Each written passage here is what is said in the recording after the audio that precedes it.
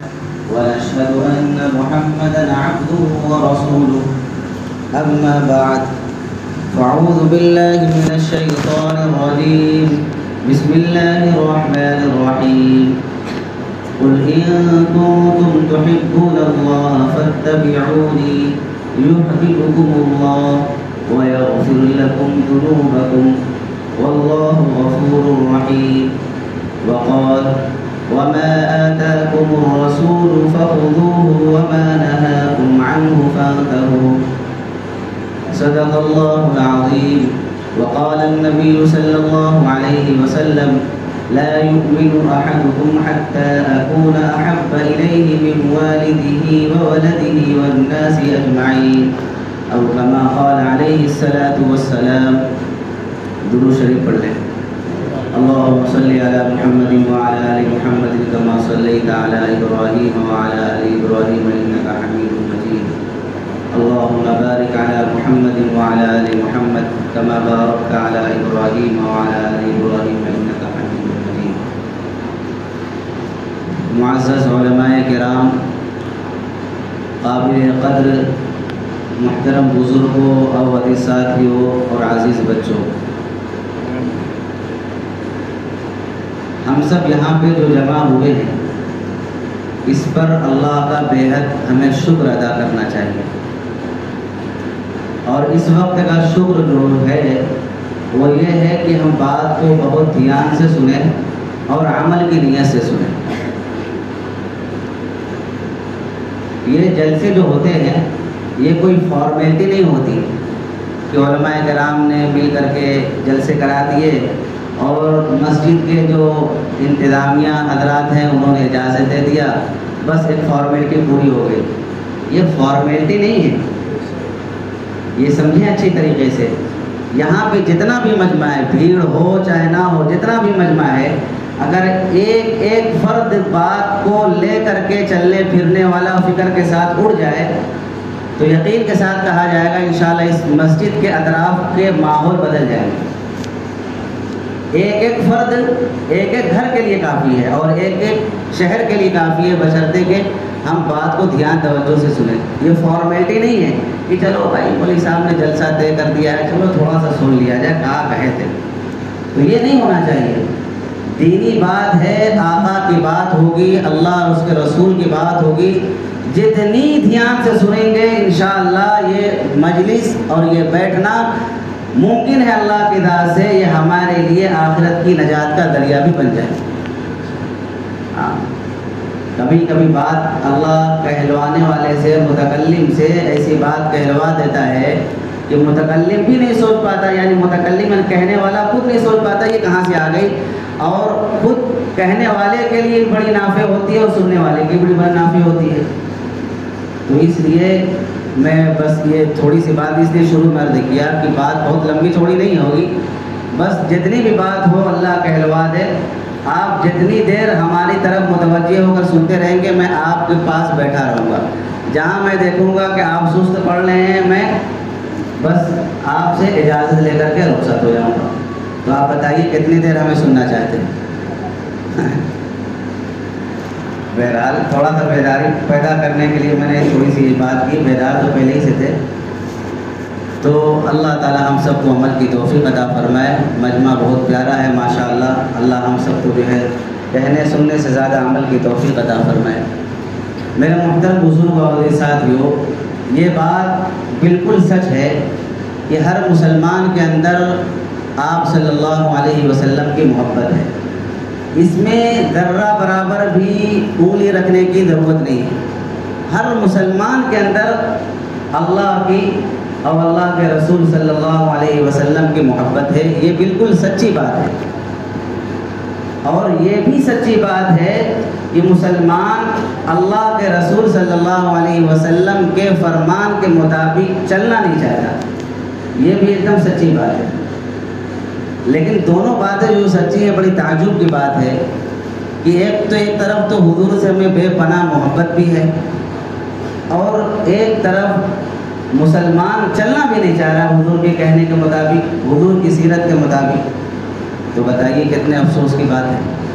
تو صرف یہ محبت اور محبت کا دعویٰ اور زبان سے اس طریقے کی آواز نکالنا، تو میرے عزیزوں کیا یہ کافی ہوگا؟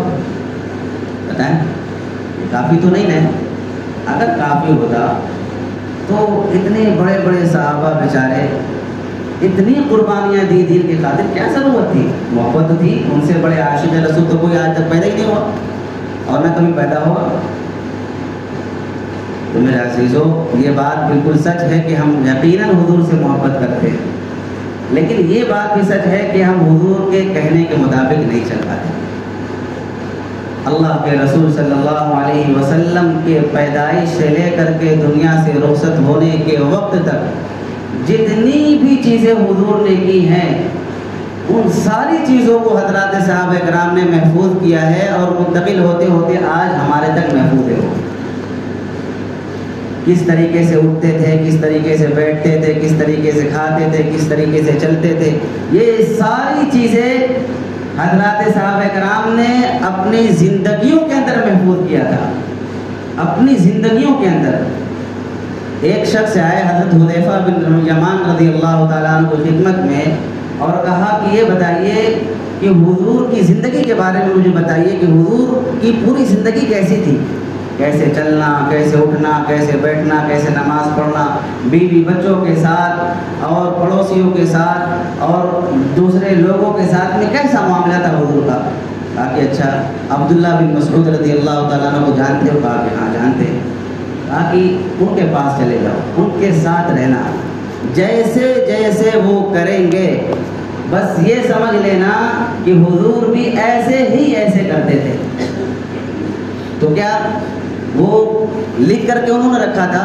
نہیں، ان کی زندگی کے اندر حضور کی ساری چیزیں موجود تھیں، ان کا حضور کا سارا نقشہ اور حضور کے سارے کام ان کی زندگیوں کے اندر بالکل محفوظ تھے۔ حضرات صحابہ کرام حضور کی ایک ایک ادا پر اپنی جان کو قربان کر دیتے تھے۔ میرے عزیزوں یہ شریعت کا خلاصہ ہے کہ بغیر حضور کے اتباع کے ہم کبھی بھی کامیاب ہو ہی نہیں سکتے۔ آپ نے نماز پڑھی ہے لیکن حضور کے طریقے پر نہیں پڑھی تو نماز نہیں ہوگی۔ آپ نے دین کے اچھے سے اچھے کام کر لیے، حضور کا طریقہ چھوڑ کر کے کیا ہے تو کبھی بھی منزل مقصود تک نہیں پہنچ سکتے، اور نہ ہی اللہ کو کبھی بھی ہم راضی کر سکتے۔ حضرت عبداللہ ابن عمر رضی اللہ تعالیٰ عنہما کے بارے میں بڑا مشہور ہے کہ بہت زیادہ حضور کی اتباع کرنے والے تھے، بہت ہی زیادہ۔ ایک ایک صحابی رسول حضور کے اشاروں پر مر مٹنے والا تھا۔ ایک مرتبہ حضور راستے سے تشریف لے جا رہے تھے، صحابہ کرام ساتھ میں تھے، دیکھا کہ کسی کا قبہ نما ایک مکان بنا ہوا ہے۔ حضور نے پوچھا کس کا ہے؟ کسی نے کہا کہ انصاری صحابی کا ہے۔ حضور نے کچھ کہا نہیں، آگے بڑھ گئے۔ کچھ دیر کے بعد وہی انصاری صحابی حضور کی خدمت میں تشریف لائے، سلام کیا، حضور نے ناگواری کا اظہار کیا، کچھ بولا نہیں۔ تو وہ محسوس کر لیا، جو عاشق ہوتا ہے حضور سے جن کو محبت تھی اور یقیناً ان کو ایسی محبت تھی، تو جب حضور کی نظروں کو پھرا ہوا پایا تو بے چین ہو گئے، بے قرار ہو گئے، پریشان ہو گئے۔ کسی سے پوچھا کیا بات ہے، کیا ہوا؟ کہا کہ تمہارے مکان کے پاس سے گزرے تھے حضور، اور ہم نے بتلایا کہ پوچھا کہ حضور نے کس کا مکان ہے، ہم نے کہہ دیا فلاں انصاری کا۔ اچھا، یہ سوچنے کی بات ہے کہ وہ گئے اپنا پورا مکان پورا توڑ دیا۔ کوئی سوچ سکتا ہے اس کو؟ پورا کا پورا مکان توڑ دیا اور آ کر کے حضور سے کہا بھی نہیں کہ حضور میں نے توڑ دیا، یہ بھی نہیں کہا۔ یہ کہنے اور سننے کے لیے کتنا آسان ہے نا، ہے کہ نہیں کتنا آسان؟ لیکن میرے عزیزوں تھوڑا سا سوچ کر کے سوچ دیکھیں، تھوڑا سا سوچیں کہ کوئی معمولی بات نہیں ہے مکان کو توڑ دینا۔ کبھی مستری جو ہے کوئی غلط جو ہے دیوار جوڑ دیتا ہے، اس کو توڑنے میں جان نکل جاتی ہے ہر آدمی کی، صرف ایک دیوار چھوٹی سی توڑنے میں جان نکل جاتی ہے، اور پھر بوڑھا گڑت آدمی کرنے لگتا ہے کہ اتنی دن کی مزدوری گئی، اتنا اینٹا گیا، اتنا مسالہ گیا، اتنا وقت ضائع ہوا، یہ ساری چیزیں جوڑتا ہے آدمی۔ لیکن وہ گئے اور پورا کا پورا مکان ڈھا دیا اور آ کر کے کہا بھی نہیں. پھر حضور کا کبھی اس جگہ سے گزر ہوا، دیکھا کہ کچھ ہے ہی نہیں، کہا کیا ہوا؟ صحابہ نے بتلایا کہ حضور ایسا ایسا واقعہ پیش آیا. حضور نے پھر کہا کہ ہر وہ تعمیر جو ضرورت سے زیادہ ہو وہ وبال ہے. میرے عزیزوں میں یہ عرض کرنا چاہ رہا تھا کہ حضور کے صرف اشارے پر نہیں، حضور کی منشا کیا ہے اس کو پہچان کر کے حضرات صحابہ کرام اپنا تن من دھن یہ ساری چیزوں کو قربان کرنے کے لیے تیار ہیں. یہ ہے اتباع کہ حضور چاہ کیا رہے. حضور نے کچھ کہا بھی نہیں، بس حضور نے ناگواری کا اظہار کیا، میرا محبوب ناراض ہو جائے یہ میرے سے گوارا نہیں. حضور کے ایسی اتباع. ایک صحابی تھے بیچارے، جب وہ نہا کر کے نکلتے تھے تو ان کا بال جو ہے حبشی تھے، اور ایسے لوگوں کا بال جب گھنگرالا ہوتا ہے چھوٹا چھوٹا ہوتا ہے. اور حضور کی سیرت میں لکھا ہوا ہے کہ حضور جو مانگ نکلتی تھی جو سر سے وہ پیچھے سے نکلتی تھی، تو وہ بار بار دیکھتے تھے اپنے سر کو، کہتے کہ میرا بال بھی حضور کے جیسا ہو جاتا، میرا سر بھی حضور کے جیسا ہو جاتا. دل پر ہاتھ رکھ کے سوچو کہ کیا کبھی ہم لوگوں نے کبھی جو ہے یہ سوچا ہوگا کہ ہمارا یہ چیز بھی حضور کے جیسا ہو جائے؟ ہم سب بڑے اپنے آپ کو عاشق، میں بھی کہتا ہوں، آپ بھی کہتے ہیں، دنیا کا ہر مسلمان کہتا ہے. لیکن یہ سب سوچنے کی بات ہے، کوئی بہت زیادہ دہاڑنے اور تقریر کی بات نہیں ہے. یہ فکر کی بات ہے کہ ہر آدمی سوچے کہ کیا کبھی میرے دل کے اندر یہ بات آئی کہ میری فلاں چیز حضور کے جیسی ہو جائے. کرنے والے ہیں، ایسا نہیں، دنیا خالی نہیں ہے، لیکن بہت تھوڑے سے لوگ ہیں. کیا ہے؟ بہت معمولی سے. جب وہ نہا کر کے نکلتے بار بار اپنے سر کو دیکھتے کہ کاش میرا بھی سر حضور کے جیسا ہو جاتا، بیچ سے مانگ نکل جاتی، لیکن وہ چھوٹے چھوٹے بال کڑے کڑے بال نہیں ہو پاتے تھے. ایک دن انہوں نے کیا کام کیا کہ لوہے کو دگایا، لوہے کو آگ کے اندر تپایا، اور تپانے کے بعد لوہا بالکل لال جب ہو گیا تو بیچ میں سے انہوں نے ایسے کر دیا. اور پھر اس کے بعد ظاہر سی بات ہے تپتا ہوا انگارا لوہا جب بیچ میں سر میں پڑے گا تو کیا حال ہوگا؟ آدمی دل ملا جائے گا. زخم ہو گئے، بال وہاں سے ہٹ گئے، ختم ہو گئے. لیکن بہرحال جب وہ صحیح ہوا تو بیچ میں سے ان کا وہ مانگ نکل گئی. کسی نے کہا یار آپ کو جو ہے اتنی تکلیف ہوئی، کہا وہ تکلیف کچھ مت چھوڑو، لیکن مجھے اس بات کی خوشی ہے کہ میرا سر حضور کے جیسا ہو گیا. کیا ہو گیا؟ مجھے اس بات کی خوشی ہے، کاش کہ ان حضرات کا کروڑواں درجہ عشق کا ہم سب کو نصیب ہو جائے تو نجات ملے. سوچنے کی بات ہے کہ نہیں بات ہے؟ سوچنے کی بات ہے نا. تو اس لیے میرا عزیزو یہ بیان کرنے کا جو مقصد ہے کہ اللہ مجھے بھی اس بات کی توفیق دے دے، ہمارے اندر یہ جذبہ ہونا ضروری ہے کہ میری فلاں چیز بھی حضور کی جیسی ہو جائے، میری فلاں چیز بھی حضور کے جیسی ہو جائے. یہ ہے اصل عشق، اصل محبت، اصل اتباع، اور یہی ہے دنیا میں پیدا ہونے کا مقصد. یہ ہے، اور یہی ہے جلسے جلوس کا مقصد. کوئی فارمیلٹی نہیں، اور مقصد ہمارا یہی ہوتا ہے. اس لیے میرے عزیزو دنیا کے ہر کام نبی کی اتباع، نبی کی چاہت میں ہونا چاہیے کہ میرا کون سا کام حضور کے خلاف کیسے ہو رہا ہے. ہم دل ملا جائیں، ہمارا وہی جذبہ ہونا چاہیے جو ابو بکر صدیق رضی اللہ تعالیٰ عنہ کا جذبہ تھا. اور جو آواز تھی حضور کے یہ پردہ فرما جانے کے وقت میں، کیا آواز تھی؟ کسی نے کہا کہ فلاں علاقے والے زکوٰۃ کا انکار کرتے ہیں، کوئی کسی چیز کا انکار کر رہا ہے، فتنے نمودار ہو رہے ہیں. ابو بکر صدیق رضی اللہ تعالیٰ عنہ کا فرمان امت کے ایک ایک فرد کے لیے دل میں اتارنے کی چیز ہے.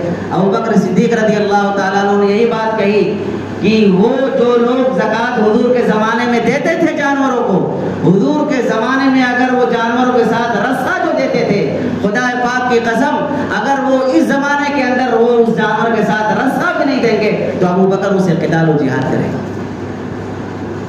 دین کے اندر کمی پیدا ہو جائے، ابو بکر زندہ رہے، یہ ہو نہیں سکتا. اور میرے اور آپ کے سامنے دین مٹ رہا ہے. میرے بچے، میری اولادیں، یہ سارے کے سارے دین سے پھر رہے ہیں. لیکن کوئی فکر نہیں. اور میں کون ہوں؟ سب سے بڑا عاشق رسول. ایک بوڑھا آدمی گھر کا نماز پڑھنے کے لیے گھر سے نکل رہا ہے، گھر کے سارے افراد سوئے ہوئے ہیں، کیا اس کی ذمہ داری نہیں ہے اٹھا کر کے جائے؟ اس کی ذمہ داری نہیں ہے؟ یہ ہم سب کی اولین ترین ذمہ داری ہے کہ آپ اپنے بچوں کی فکر کرو. یہ کہاں جا رہے ہیں یہ بچے؟ بس بچے کما کر کے لانا چاہیے، چاہے جہاں سے لائے. بچے نے آج کام نہیں کیا تو پوچھ تاچھ ہوگی، بچے نے نماز نہیں پڑھی تو کوئی پوچھ تاچھ نہیں ہے. یہ میرا مزاج ہے. دین کے اندر پورا دیوالیہ نکل گیا دین کا، لیکن امت کو کوئی فکر نہیں اس بات کی کہ دین کہاں جا رہا ہے. وہ ابو بکر صدیق رضی اللہ تعالیٰ عنہ کی آواز اور وہ فکر کہ دین کے اندر کمی آ جائے اور ابو بکر زندہ رہے، یہ ہو نہیں سکتا. اور یہی فکر امت کے ہر فرد کے اندر، امت کے ایک ایک آدمی کے اندر، چاہے علماء ہو چاہے عوام ہو، سارے افراد کے اندر یہ فکر ہونی ضروری ہے. جب یہ فکر پیدا ہوگی تو پھر ہمارا معاشرہ اچھا ہوگا. الا کلکم راع و کلکم مسئول عن رعیتہ، تم میں کا ہر شخص ذمہ دار ہے اور اس کی ذمہ داری کے بارے میں پوچھا جائے گا اس سے. میرے عزیزو، حضرات صحابہ کرام حضور کی ایک ایک ادا پر مر مٹنے والے تھے. حضرت حذیفہ بن یمان رضی اللہ تعالیٰ عنہ فارس گئے تو فارس میں ایک عالی شان دسترخوان پر بیٹھنے کی توفیق ہوئی. بیٹھے، بڑے بڑے لوگ تھے وہاں پہ، کھانے کے لیے بیٹھے، دسترخوان لگا. ان کے ہاتھ سے ایک لقمہ گرا، انہوں نے اٹھا کر اس کو صاف کر کے کھانے لگے. کسی نے ٹھوک کے آیا، کیا کر رہے ہو؟ شاہی دسترخوان ہے یہ شاہی دسترخوان ہے، کیا کر رہے ہو؟ تو انہوں نے کیا جواب دیا؟ وہ ہم سب کے سینوں میں اتارنے کی ضرورت ہے. انہوں نے کہا کہ میں ان بیوقوفوں کی وجہ سے اپنے نبی کی سنتوں کو چھوڑ دوں؟ یہ نہیں ہو سکتا. نا ان بیوقوفوں کی وجہ سے میں اپنے نبی کی سنتوں کو چھوڑ دوں، یہ نہیں ہو سکتا. میرے عزیزو، مسلمان کہیں بھی رہے وہ اپنی پہچان بنا کر کے رہنا چاہیے اور سر اٹھا کر کے سینہ ٹھوک کر کے کہو میں عاشق رسول ہوں، میں مسلمان ہوں. آج کے نوجوانوں کا یہ ایسا برا حال ہے کہ میں تو بارہا اپنے کلاسوں کے اندر یہ بات کہتا ہوں، نوجوان بچے، چھوٹے بچے جوانی کی دہلیز پر قدم رکھیں یا پھر آگے چل کے اور جوان بھی ہوں گے، میں ان سے یہی کہتا ہوں کہ بچوں کہیں بھی جاؤ اپنی چھاپ چھوڑ کر کے آؤ اور فخر سے کہو کہ میں مسلمان ہوں. ایسا نہ ہو کہ تم ایسی مجلس میں جاؤ جہاں پینٹ شرٹ پہننے والے ہیں، بس ٹوپی اتاری جیب میں رکھ لیا، یہاں تو سب ایسے لوگ ہیں. نہیں، فخر سے کہو کہ میں عاشق رسول ہوں. تمہاری چال ڈھال، تمہارا رہن سہن، اٹھنا بیٹھنا، بولنا چالنا، تمہارے اخلاق، عادات، اطوار، کردار، یہ سارے بتلا رہے ہو یہ محمد ہی جا رہا ہے. یہ کون جا رہا ہے؟ یہ محمد ہی ہے. دیکھ کر کے لوگ اسلام کو قبول کر لیں. ایسی اپنے آپ کو حضور کے نقش قدم پر چلانے کی مشق کرنی چاہیے. اور جب سچا عاشق چلتا ہے تو یقیناً ایسا روح اللہ اس کے ذریعے سے چھا دیتا ہے، اٹھاتا ہے کہ آدمی اس کو تصور نہیں کر سکتا. پڑوس کے ملک میں ایک بزرگ ہیں، ابھی بھی وہ باحیات ہیں، اللہ ان کی زندگی کو لمبی کرے، پیر ذوالفقار صاحب نقشبندی دامت برکاتہ العالیہ. وہ اپنا واقعہ لکھتے ہیں کہ میں امریکہ کے اندر نماز پڑھ کر کے باہر سے نکل رہا تھا میں، تو میرے ساتھ کچھ اور لوگ بھی تھے. تو ایک کار سے ہمارے بغل سے ایک کار گزری، تو ایک خاتون کی وہ کار تھی، وہ رک گئی. اور انہوں نے بتلایا کہ امریکہ کے اندر یہ دستور ہے کہ جب کوئی کار راستے سے رکتی ہے تو کوئی نہ کوئی ضرور وجہ ہوتی ہے، اور خاص طور سے ایک وجہ یہ بھی ہوتی ہے کہ اس کو ایڈریس نہیں پتہ ہوتا جہاں جانا ہوتا ہے. تو جب وہ رک گئے، وہ کار رک گئی، تو حضرت نے اپنے جو ساتھ میں تھے ان سے کہا کہ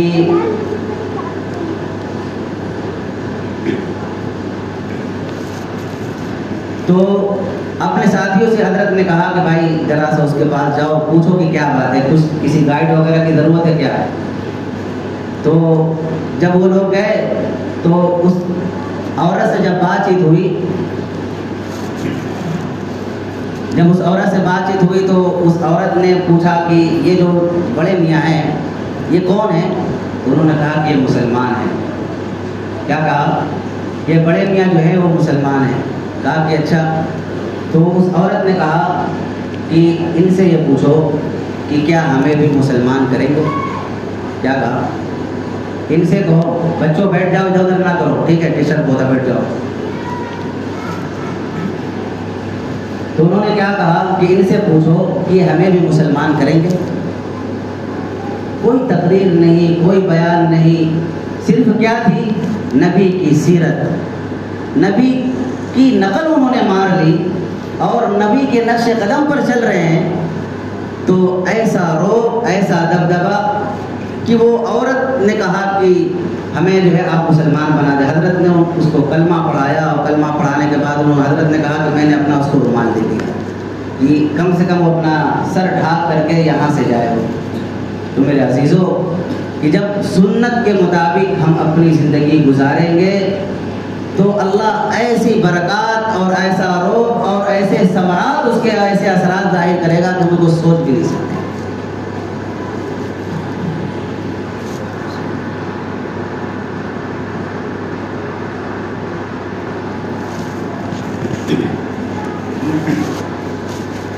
تو میرے بھائیوں، میرے عزیزوں، ہم سب کا جو مقصد ہے کہ آپ صلی اللہ علیہ وسلم کی سیرت کو اپنانا۔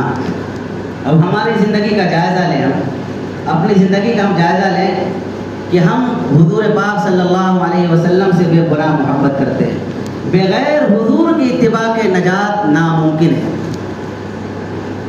میرے عزیزوں، بہت ساری خامیاں ہیں، اگر ان ساری خامیوں کو اگر ڈیٹیل سے تفصیل سے بیان کیا جائے گا تو وقت نہیں ہے۔ میں مختصراً تھوڑی بات پر اشارہ کروں گا کہ سب سے پہلی بات یہ ہے کہ حضور کی سیرت کو اپنانا اور وہ سیرتوں کو اپنانا جو اس وقت کے اعتبار سے بہت ہی زیادہ اہم و ضروری ہے، اور خامیاں اور برائیاں بہت زیادہ ہیں۔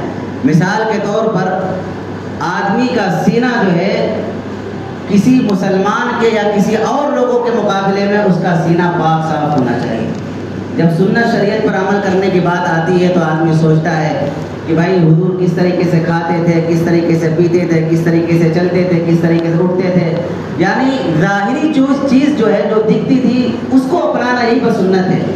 یہ تو سنت ہے ہی، اس کے علاوہ جو حضور کی اندرونی اور باطنی سنت جس کو بولتے ہیں کہ دل کا پاک ہونا، کسی مسلمان کے بارے میں یا کسی اور لوگوں کے بارے میں اپنا سینہ بالکل پاک صاف ہو، نہ کسی کے بارے میں بغض ہو، حسد ہو، کینہ ہو، کپٹ ہو، کوئی چیز نہیں ہونا چاہیے سینے کے اندر۔ یہ ہے، یہ بھی سنت ہے، یہ بھی سنت ہے۔ ایک صحابی کے بارے میں حضور نے فرمایا، حضور بیٹھے تھے، کہا کسی جنتی کو دیکھنا ہے تو ابھی ایک جنتی شخص آئیں گے دیکھ لینا۔ ایک صحابی آئے، بائیں ہاتھ میں جوتا لیے ہوئے، داڑھی سے پانی ٹپک رہا تھا وضو کا، اور وہ آئے اور تھوڑی دیر بیٹھے بھی چل دیے۔ پھر ایک دن کے بعد حضور نے کہا کہ ابھی ایک جنتی شخص آئیں گے دیکھنا ہم کو۔ تو پھر حضرات صحابہ کرام انتظار میں تھے، پھر وہی صحابی آ گئے۔ پھر بہرحال تیسرے دن پھر یہی حضور نے فرمایا۔ ایک صحابی نے یہ پیچھے ٹھان لیا کہ آخر ان کا کون سا عمل ہے کہ حضور نے ان کے بارے میں یوں فرمایا ہے۔ وہ پیچھے ہو لیے ان کے گئے، ان سے کہا تھوڑا سا بہانہ کیا کہ بھائی میرے گھر میں تھوڑا لڑائی جھگڑا ہو گیا ہے، آپ تھوڑا 3 دن کے لیے، کچھ دن کے لیے اپنے گھر رکھ لو۔ ٹھیک، کوئی بات نہیں۔ تو وہ 3 دن ان کے گھر میں رہے، اور ان کی رات کی عبادات جو تھی، انہوں نے سوچا بہت زیادہ رات بھر عبادت کرتے ہوں گے، یہ ہوگا وہ ہوگا، لیکن بس وہی معمول کے مطابق جو ہے ان کی رات تھی۔ تہجد کے وقت میں وہ اٹھے اور پھر اس کے بعد وضو کیا، تہجد پڑھی، اس کے بعد پھر جو ہے فجر کے وقت میں چلے آئے۔ تو ان کو یہ عمل نہ بہت معمولی لگا۔ بہرحال پھر تیسرے دن انہوں نے کہا کہ بھائی ایسا ہے، دیکھو میری لڑائی جھگڑا کوئی نہیں ہوئی اپنے گھر میں، مسئلہ یہ تھا بس حضور نے جو کہا تھا، یہ کہا تھا تمہارا کوئی خاص عمل ہے تو بتلا دو جس کی وجہ سے حضور نے یہ فضیلت بیان کی۔ تو انہوں نے کہا کہ بھائی دیکھو مجھے تو کوئی بات سمجھ میں نہیں آتی، جو تم نے دیکھا یہی ہے۔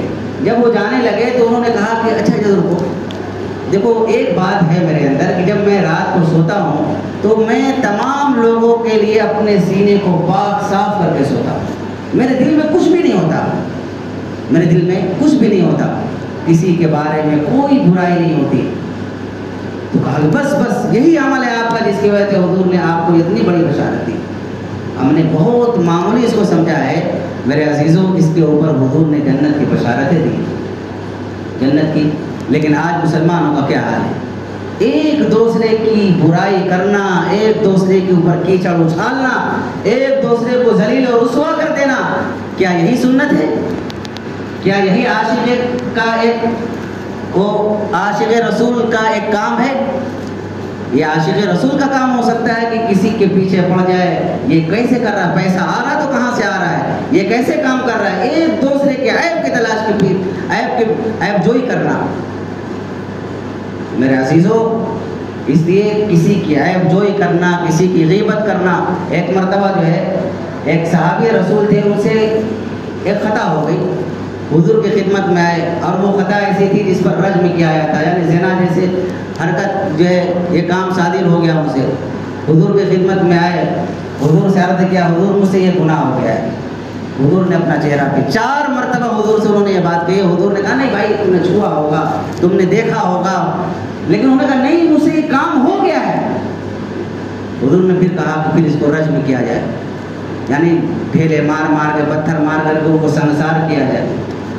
تو بہرحال جب ان کو سنسار کیا جا رہا تھا تو 2 آدمی اپنے کان میں کہہ رہے تھے، اللہ نے جب ان کو عیب کو چھپایا تھا تو چھپے رہنے دینا چاہیے تھا، کیا ضرورت ہے کتے جیسے مار کھانے کی۔ یہ الفاظ انہوں نے استعمال کیے، حضور نے سن لیا، خاموش رہے۔ پھر جب حضور چلنے لگے، وہ سارے کے سارے لوگ حضور کے پیچھے پیچھے، دیکھا کہ آگے ایک کوڑا جہاں پہ پھینکاتا ہے، اس کوڑے کے ڈھیر پر ایک گدھا مرا تھا، اور جب گدھا مر جاتا ہے 1-2 روز ہو جاتا ہے، اس کی ٹانگ اٹھ جاتی ہے، پھول جاتا ہے وہ۔ حضور نے کہا فلاں فلاں کہاں ہے، آؤ جاؤ، جو گدھا دکھ رہا ہے نا اس کو کھاؤ جا کر کے۔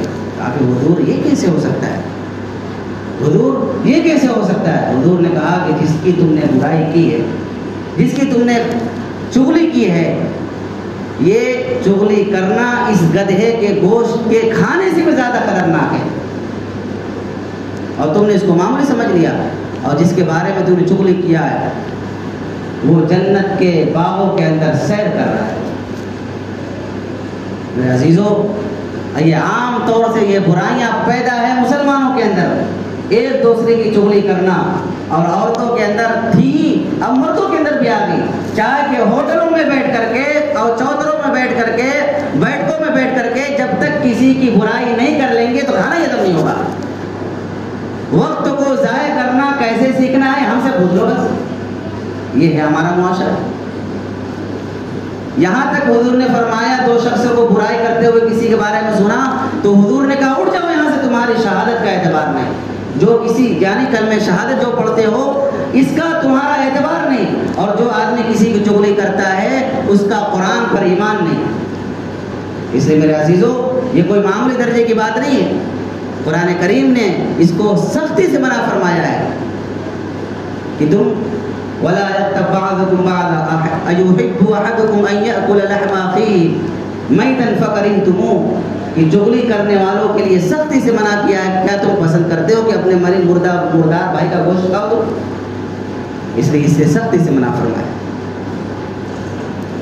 اسی طریقے سے ہمارے معاشرے کے اندر ایک بہت بڑی برائی ہے ایک دوسرے کو گالی دینا، بیٹا باپ کو گالی دے رہا ہے، باپ بیٹے کو گالی دے رہا ہے، شوہر بیوی کو گالی دے رہا ہے، اور بیوی بھی اتنی ایڈوانس ہو چکی ہے بعض بیویاں کہ وہ شوہروں کو گالی دیتی ہیں، اور اسی طریقے سے ہمارا معاشرہ ایسا چلتا پھرتا بس برائیوں کا ایسا مجموعہ بن گیا ہے کہ اس کو کہا نہیں جا سکتا کہ بغیر گالی کی بات ہوتی نہیں، مذاق مذاق میں گالی۔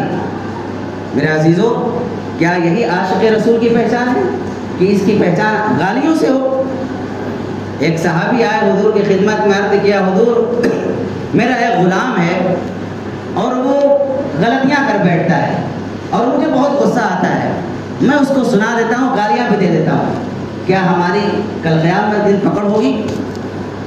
کل قیامت کے دن ہماری پکڑ ہوگی؟ حضور نے کہا کہ اس کی جو غلطیاں ہیں کل قیامت کے دن اس کو بھی لایا جائے گا، تم کو بھی لایا جائے گا، اس کی غلطیوں کو تولا جائے گا، تمہاری سزا کو تولا جائے گا۔ اگر دونوں برابر ہیں تو کوئی حرج کی بات نہیں، تم بھی بری وہ بھی بری، لیکن اگر اس کی خطا کم ہوئی، تمہاری سزا زیادہ ہوئی، تو پھر اللہ پکڑ کرے گا۔ پھر کیا کرے گا؟ اللہ پکڑ کرے گا۔ اسی کے بارے میں حضور نے کیا فرمایا؟ کہ قال اتدرون ما المفلس قالوا المفلس فينا من لا درهم له ولا متاع قال ان المفلس من امتي من ياتي يوم القيامه وياتي قد شتم هذا واكل مال هذا وسفك دم هذا وضرب هذا فيعطى هذا من حسناته وهذا من حسناته فإن فنيت حسناته قبل أن يقدر عليه أخذ من خطاياهم فطرحت عليه ثم طرح في النار. میرے عزیزو یہ بہت سخت وعید ہے، بہت سخت وعید ہے. حضور نے فرمایا کہ تمہیں پتا ہے کہ مفلس شخص کون ہے؟ صحابہ نے عرض کیا حضور نہیں پتا. ہمارے نزدیک تو وہی مفلس شخص ہے جس کے پاس کھانے پینے کے لیے نہ ہو، پیسے نہ ہو، درہم نہ ہو، دنانیر نہ ہو، یہ ہمارے نزدیک مفلس شخص ہے.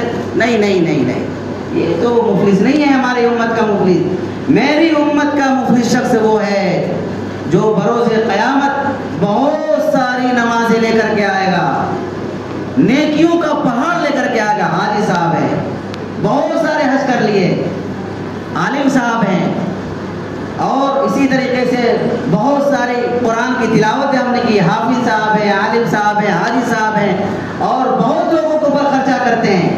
لیکن حال کیا ہے؟ وَيَأْتِي قَدْ شَتَمَ هَذَا، کسی کو گالی دیا ہوگا، وَضَرَبَ هَذَا، کسی کو مارا ہوگا، کسی کو ستایا ہوگا، کسی کا مال کھایا ہوگا، وَأَكَلَ مَالَ هَذَا، کسی کا مال کھایا ہوگا، کسی کا مال دبایا ہوگا.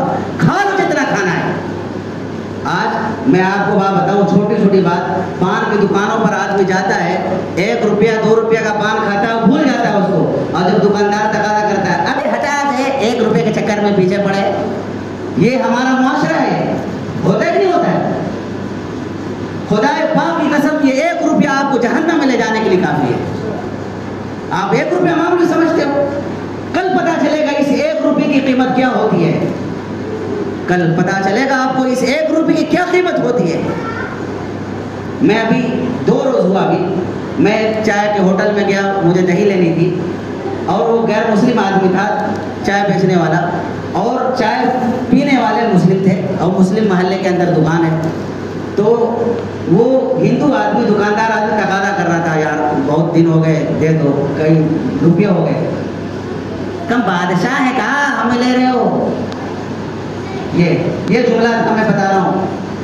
پیسہ کا پیڑ لگائے گا، ارے اپنا پیسہ مانگ رہا ہے یار، وہ تم سے قرض تھوڑی مانگ رہا ہے. یہ مسلمانوں کے اخلاق ہو گئے، یہ مسلمانوں کے اخلاق ہو گئے. کھا لیا پی لیا، بھول کے بات ختم. یہ اتباع نبی کی نہیں. نہیں میرے عزیزو، 1 روپیہ بھی کسی کا ہے دے دو اس کو آج مرنے سے پہلے، ورنہ وہ نتیجہ ہوگا، وہ حال ہوگا.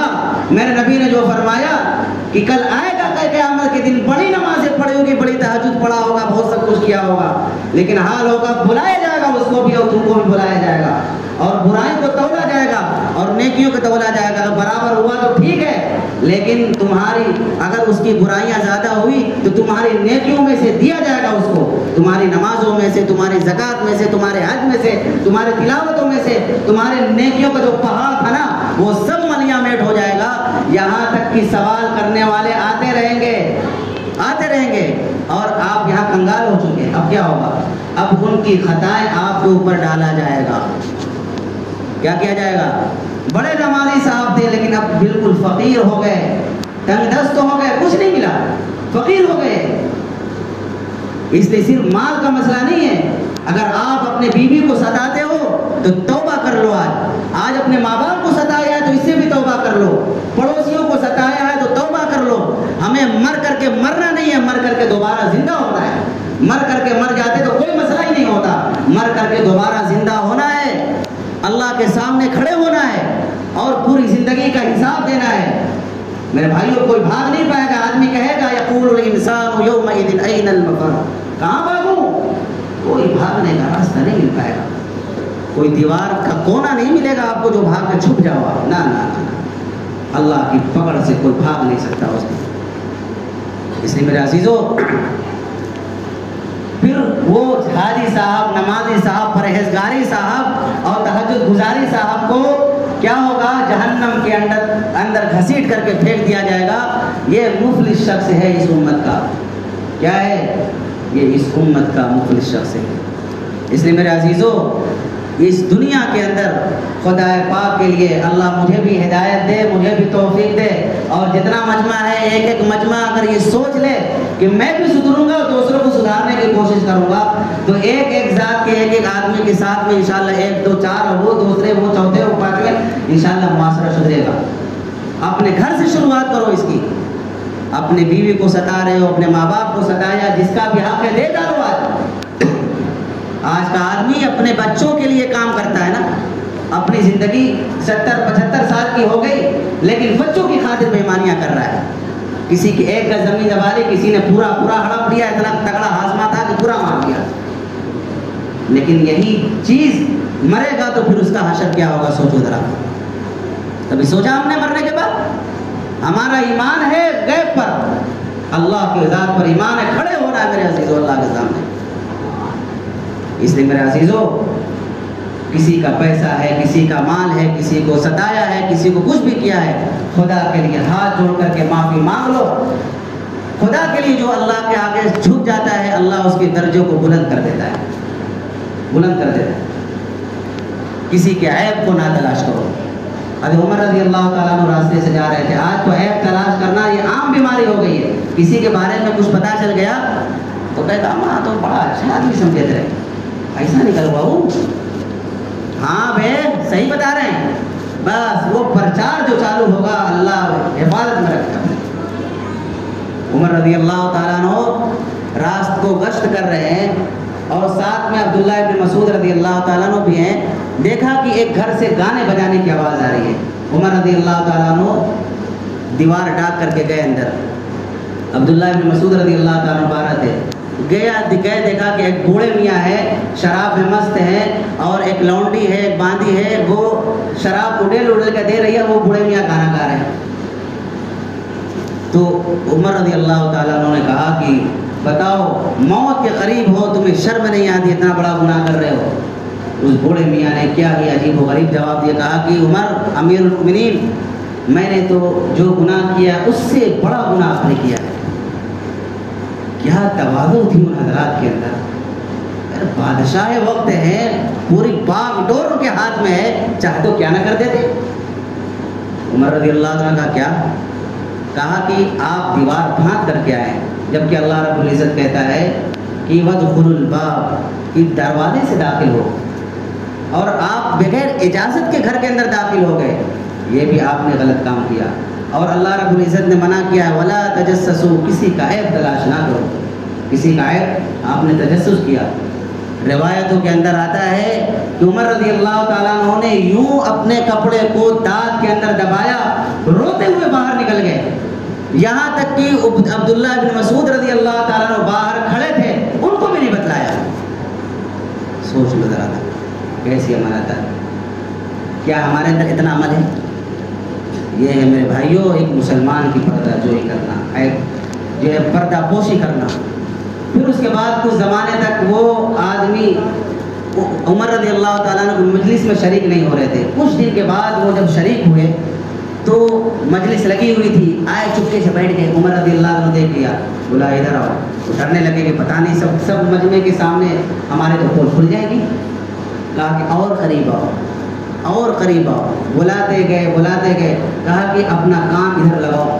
کان جب لگایا ہے، عمر رضی اللہ تعالیٰ عنہ نے کہا کہ میں نے اس رات میں جو بھی واقعہ پیش آیا، اللہ اس کے رسول کی قسم، اس ذات کی قسم جس نے اللہ کے رسول صلی اللہ علیہ وسلم کو حق اور رسول بنا کر کے بھیجا، یہ قسم کھائی، میں نے کسی کو بھی نہیں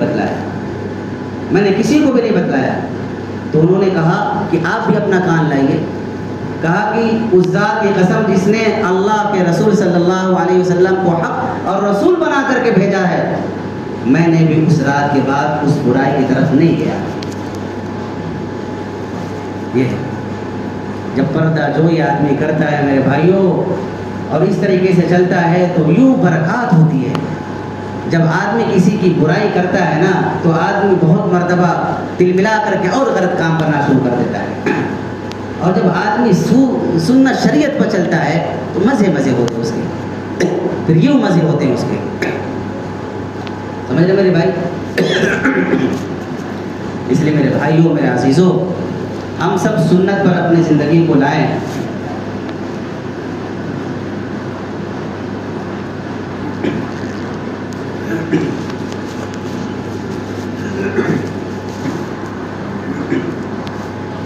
تو میرے بھائیوں، میرے عزیزوں، ہم سب جتنے پریشان ہیں نا، پریشانی اس وقت تک ختم نہیں ہوگی جب تک کہ ہم حضور کا دامن تھام نہ لیں.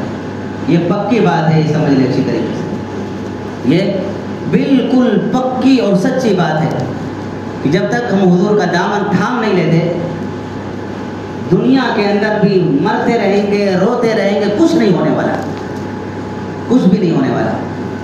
اس لیے میرے عزیزوں، ہم ہر چیز، ہر معاملے کے اندر اپنے نبی کی سنت کو دیکھیں کہ میرے نبی کس طریقے سے کھاتے تھے، کس طریقے سے پیتے تھے، کس طریقے سے اٹھتے تھے، کس طریقے سے بیٹھتے تھے.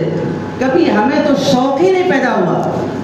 اتنی بے حسی ہمارے معاشرے کے اندر ہے نا، اتنی بے حسی ہے کہ بہت افسوس ہوتا ہے. میں نے اپنے مسجد کے اندر اعلان کیا، 2 مرتبہ اعلان کیا ہوں کہ اگر کسی کو کچھ سیکھنا ہو، کچھ بھی سیکھنا ہو، چاہے وہ قرآن سیکھنا ہو، کوئی مسئلہ معلوم کرنا ہو، کوئی بھی چیز سیکھنی ہو دین کے متعلق، میں عشاء کے بعد آدھی گھنٹہ، پون گھنٹہ وقت دوں گا، اور کوئی چارج نہیں ہے، میں اپنا وقت دے رہا ہوں. کوئی بندہ آ کر کے بیٹھے، جس کا دل چاہے سیکھے اور تھوڑا تھوڑا سیکھے. اور میں نے ساری چیز ان کے سامنے بہت تفصیل سے دین کی اہمیت اور سیکھنے کے بارے میں ساری بات بتائی. 1-2 نوجوان کے علاوہ کوئی نہیں بیٹھا، اور کچھ دن کے بعد وہ بھی رفو چکر ہو گئے. اتنی ہمارے معاشرے کے اندر بے حسی ہے، سوچ لیا. اور سب سے پہلے جنت میں جانے کے لیے میں ہی تیار ہوں، یہ بھی بڑا مسئلہ ہے. میرے عزیزوں، جنت ہمارے باپ کی نہیں ہے جو اتنی سستی ہے، جس کا دل چاہے ہاتھ اٹھایا داخل ہو گیا ہو. اتنی سستی ہوتی تو میرے عزیزوں، حضرات صحابہ کرام اپنی گردنوں کے اوپر تلواروں کو نہ چلواتے اور میدان جہاد کے اندر اپنے آپ کو پریشانیوں میں نہ ڈھکیلتے، اور اپنے گھر بار کو چھوڑ کر کے، گرمی، سردی، برسات یہ چھوڑ کر کے اب ہمارے تک دین پہنچانے کے لیے وہ قربانیاں نہ دیتے. یہ ان حضرات کی قربانیاں ہیں میرے عزیزوں. اس لیے جو انگریز ہوئے، انگریز، ان لوگوں نے حضور کی سنتوں پر ریسرچ کر کے وہ حضور کی سنت پر عمل کر رہے ہیں، اگرچہ وہ دین سمجھ کے نہیں کر رہے ہیں. حضرت پیر صاحب نے ایک واقعہ لکھا، امریکہ کے اندر مجھے کھانے کا موقع ملا. دیکھا کہ وہ گورے چٹے جو چھریوں سے کاٹ کر کے اور کانٹوں سے چبا لے کر کے منہ میں گھسیڑتے تھے، کھاتے تھے، وہ ہاتھ سے کھا رہے. ان کو بڑا تعجب ہوا کہ یہ کیا کام کر رہے ہو، یہ کون سا نیا کام کر رہے ہو.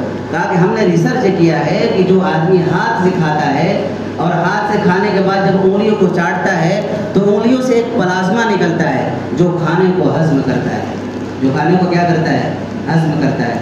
وہ تو ہمارے نبی کی سیرت پر ریسرچ کر کے وہ عمل کر رہے ہیں، اگرچہ ان کو نجات نہیں ملے گی. میرے بھائیوں، ہم نبی کی سنتوں کو اپنائیں محبت کی وجہ سے.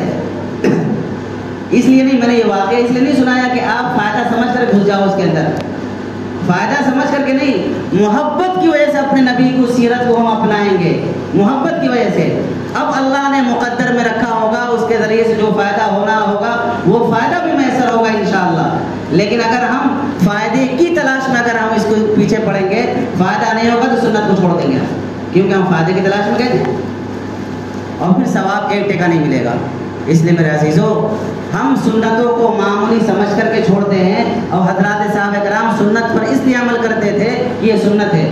عبداللہ ابن مسعود رضی اللہ تعالیٰ عنہ نے فرمایا، لو ترکتم سنت نبیکم لضللتم، تم اپنے نبی کی سنتوں کو چھوڑو گے تو گمراہ ہو جاؤ گے. اور وہی حال ہے ہمارا. آج کا مسلمان کھڑے ہو کر کے کھاڑے کو اپنے آپ کو جو ہے نیو ماڈل کہتا، میں نیو ماڈل میں آ گیا ہوں. یہ ترقی نہیں ہے، بہت بڑی تنزلی ہے جو جانوروں کی طرح کھا رہے ہو اور اپنے نبی کی سنتوں کو چھوڑ کر کے بڑا فخر کر رہے ہو. یہ فخر نہیں میرے عزیزوں، یہ سمجھ لو ذلیل و رسوا اللہ کر رہا ہے تمہیں، جس نے نبی کی سنت کو چھوڑا. ذلیل و رسوا کر رہے ہو رہے ہو. کھانے پینے کے اندر میرے عزیزوں، ہم آج سے ارادہ کریں کہ اپنے نبی کی سنتوں کو اپنائیں گے. میرے نبی بیت الخلاء کس طریقے سے جاتے تھے، کس طریقے سے اٹھتے تھے، کس طریقے سے بیٹھتے تھے، علماء سے معلوم تو کریں. یہ وقت نہیں کہ جو تفصیل میں ساری چیز بیان کی جائے گی. اتنا شوق پیدا کر کے جائیں کہ علماء سے رابطہ رکھیں گے اور پوچھیں گے، اور دھیرے دھیرے پوچھ کر کے انشاءاللہ اس پر عمل کریں گے. تو انشاءاللہ آگے ہماری زندگی کے نقشے بدل جائیں گے. بس وقت بھی زیادہ ہو رہا ہے کیونکہ ماشاءاللہ آپ نے بیداری کا ثبوت دیا ہے، تو بس اب بہت لمبی بات نہیں کریں گے. بس ایک دو بات کہہ کے میں بات ختم کروں گا. دیکھیں میرے عزیزوں کہ میں نے شروع میں یہ کہا کہ جب تک ہم حضور کی سنتوں کو، سیرت کو نہیں اپنائیں گے ہمیشہ پریشان رہیں گے. ایک بزرگ کے پاس ایک عورت آئی اور کہنے لگی کہ میرے شوہر بڑے مالدار ہیں لیکن میری کوئی اولاد نہیں. بہرحال اس کی بھی مجھے کوئی شکایت نہیں ہے، اللہ نے جو مقدر میں رکھا ہے اس پر راضی ہے. اور میرے شوہر نے میرے لیے ہر چیز کو مہیا کر رکھا ہے، نوکر چاکر اور جس چیز کی ضرورت ہو وہ ساری چیزیں ہمارے لیے مہیا کر رکھی ہے. لیکن رونا اس بات کا ہے کہ بس میرے شوہر ماہانہ 50,000 روپے مجھے خرچہ کرنے کے لیے دیتے ہیں، میں اس پر بہت زیادہ رو رہی ہوں. اور وہ کہہ کر بہت زیادہ رونے لگی. سب کچھ اس کے پاس ہے، ماہانہ کتنا مل رہا ہے اس کو 50,000 روپے، اور کہہ رہی وہ بھی میرے لیے کم پڑ جا رہا ہے. تو حضرت نے فرمایا دیکھو جو 50,000 روپے مل رہا ہے تم کو نا، اگر 2 لاکھ روپے میں تم کو مل جائے تو بھی یہ کم رہے گا، وہ ہمیشہ روتی رہو گی. تو بڑی تعجب سے پوچھنے لگی یہ کیا ماجرا ہے. تو جب تفصیل پوچھا کہا کہ دیکھو ایسا ہے کہ تمہاری زندگی کے اندر نہ پردہ ہے، نہ سنت ہے، نہ شریعت ہے، نہ نماز ہے، کچھ بھی نہیں تمہارے زندگی کے اندر. جب تمہاری زندگی کے اندر کچھ بھی نہیں ہے تو تمہاری زندگی کے اندر نہ سکون ہوگا نہ برکت ہوگی، کچھ بھی نہیں ہوگا. تو 2 لاکھ بھی تمہیں مل جائے گا تو وہ بھی کم رہے گا تمہارے لیے. حضرت نے سمجھایا، اس نے دل پر لیا بات کو اور اس نے وعدہ کر کے وہاں سے اٹھی اور حضرت نے جو ہے توبہ کے کلمات پڑھائے اور توبہ پوری زندگی سے کرایا اور آئندہ کے لیے عہد کروایا کہ آئندہ اپنی زندگی کو سنت شریعت کے پابند بن کر کے ہم زندگی گزاریں گے. تو 4 مہینے کے بعد اس عورت کا حضرت کے پاس فون آیا کہ حضرت ہماری زندگی بہت اچھی گزر رہی ہے اور جو 50,000 ہمارے شوہر مجھے دیتے تھے ان میں سے 15,000 میں ہمارا خرچہ پورا ہو جا رہا ہے اور جتنا پیسہ بچتا ہے فقراء میں اور یتیموں میں اس کو ہم بانٹ دیتے ہیں. میری بات سمجھ میں آ رہی ہے نہیں؟ اور ہم سب جو ہمارا دیوالیہ جو نکل گیا ہے نا گھروں سے، ہر آدمی کما رہا ہے، دیوالیہ نکل. بولے صاحب کیا بتائیں، آئے تھے میرے پاس کے ساتھ ہے، بولے صاحب منہ بنا کر کے آئیں گے، بولے صاحب کیا بتائیں بڑی دقت ہے، بڑی پریشانی ہے، کچھ نے کچھ کر دیا ہے لگ رہا ہے. بولے صاحب یہ تعویذ لکھ دو بس. میرے بھائیوں یہ امت کا دھوکہ ہے. کیا ہے یہ؟ نظر کا دھوکہ ہے. خدا کے لیے جو صحیح علاج ہے، جو ہمارے بزرگوں نے، جو علماء چیخ چیخ کر کے چلا رہے ہیں کہ بیماری تمہیں جو لگی ہے اس کی دوا کرو، بیماری جو تمہیں لگی ہے اس کی دوا کرو. بیماری تو لگی ہے کینسر کی، دوا کر رہے ہیں بخار کی، تو کہاں سے ہوگا بتاؤ. دائیں گھٹنے میں درد ہے، دوا لگا رہے ہیں بائیں گھٹنے میں، تو کہاں سے ہو جائے گا. تو بزرگ نے جو دوا تجویز کیا تھا انہوں نے عمل بتلایا تھا. اللہ کا شکر ہے برکت آئے گی سنت کے مطابق زندگی گزارنے سے. ہم نے تو آج تک جو ہے دسترخوان بچھا کر گھر میں کھایا نہیں، سارے بچوں کو بیٹھا کر کے کھلایا نہیں، اپنے بچوں کو ہم نے دین سکھایا نہیں. جھوٹ ہم بولتے ہیں، ہمارا بچہ جھوٹ بولتا ہے. بچوں سے تقریر کر ابے جھوٹ مت بول بے، یہ کیا ہوگا بھائی؟ بچے کے سامنے کتنی لمبی چوڑی تقریر کر لو، بچہ آپ کو فالو کرے گا، آپ کی تقریر کو فالو نہیں کرے گا. یاد رکھیے گا بات، آپ کے عمل کو دیکھے گا بچہ، آپ کی تقریر کو نہیں دیکھے گا. ہماری زندگی جیسے ہوگی، بچے کے سامنے کہہ دیا کہ جاؤ کہہ دو کہ ابا کہہ رہے ہیں کہ گھر میں نہیں ابا، یہ بھی ہو رہا ہے، ہم نے خود دیکھا. تو بچہ کیا سیکھے گا؟ اور بچے کو تعلیم دو جھوٹ نہ بولے. اس لیے میرے عزیزوں یہی بچے ہمارے جنت میں بھی لے جانے والے بن سکتے ہیں، دوزخ میں بھی لے جانے والے بن سکتے ہیں. اس لیے ہم اپنے گھر کو سدھارنے کی کوشش کریں، سنت پر لانے کی کوشش کریں، اپنے گھر کے ماحول کو بدلنے کی کوشش کریں. میں نماز پڑھتا ہوں تو میرے گھر کا ہر فرد نماز پڑھنے والا بنے. میں فجر کے لیے نکلتا ہوں تو اٹھا کر کے آؤ، آواز لگا کر کے آؤ، بھائی اٹھ جاؤ. یہ آواز لگانا آپ کی ذمہ ضروری ہے، آپ لگا کر کے آؤ. اور آپ وقتاً فوقتاً تنبیہ کرو. چھوٹا بچہ 7 سال کے بارے میں کہا حضور نے کہ اس کو تنبیہ کرو نماز پڑھنے کی. 10 سال کا ہو جائے، ابھی فرض نماز نہیں ہوئی، مارو اس کو اگر نماز نہیں پڑھتا ہے تو، تاکہ جب نماز فرض ہو تو اس کی ایک نماز بھی قضا نہ ہونے پائے. میرے عزیزو یہ نماز کا ہے. تو اس لیے اپنی زندگی کو سنت پر لاؤ، دعاؤں کا اہتمام کرو. جو ہمارے نبی نے اتنی پاورفل دعائیں بتلائی ہیں نا، اگر اس مصنون دعاؤں کا ہم اہتمام کریں اور مصنون اعمال کا اہتمام کریں، گھروں سے بے برکتی ایسی چھڑ جائے گی جیسے گھر ہے کہ سر سے سین نہیں ہے، ختم ہو گئی، بے برکتی ختم ہو جائے گی. اعمال کی پابندی کرو، زندگی کے اندر چین سکون راحت ہوگی، زندگی کے اندر چین سکون راحتیں ہوں گی، آرام سے ٹھاٹ کی زندگی گزارو گے. ورنہ وہی منہ بنا کر کے آئیں گے اور منہ بنا کے جائیں گے، کچھ بھی حل ہونے والا نہیں. سمجھ رہے کہ نہیں؟ اس لیے آج سے میں بھی آپ بھی توبہ کریں کہ انشاءاللہ اپنی زندگی کو حضور کی سیرت پر لانے کی کوشش کریں گے، اور جو نہیں پتا ہوگا سیکھیں گے. نماز بھی سیکھنے کی چیز ہے، نماز بھی سیکھیں گے.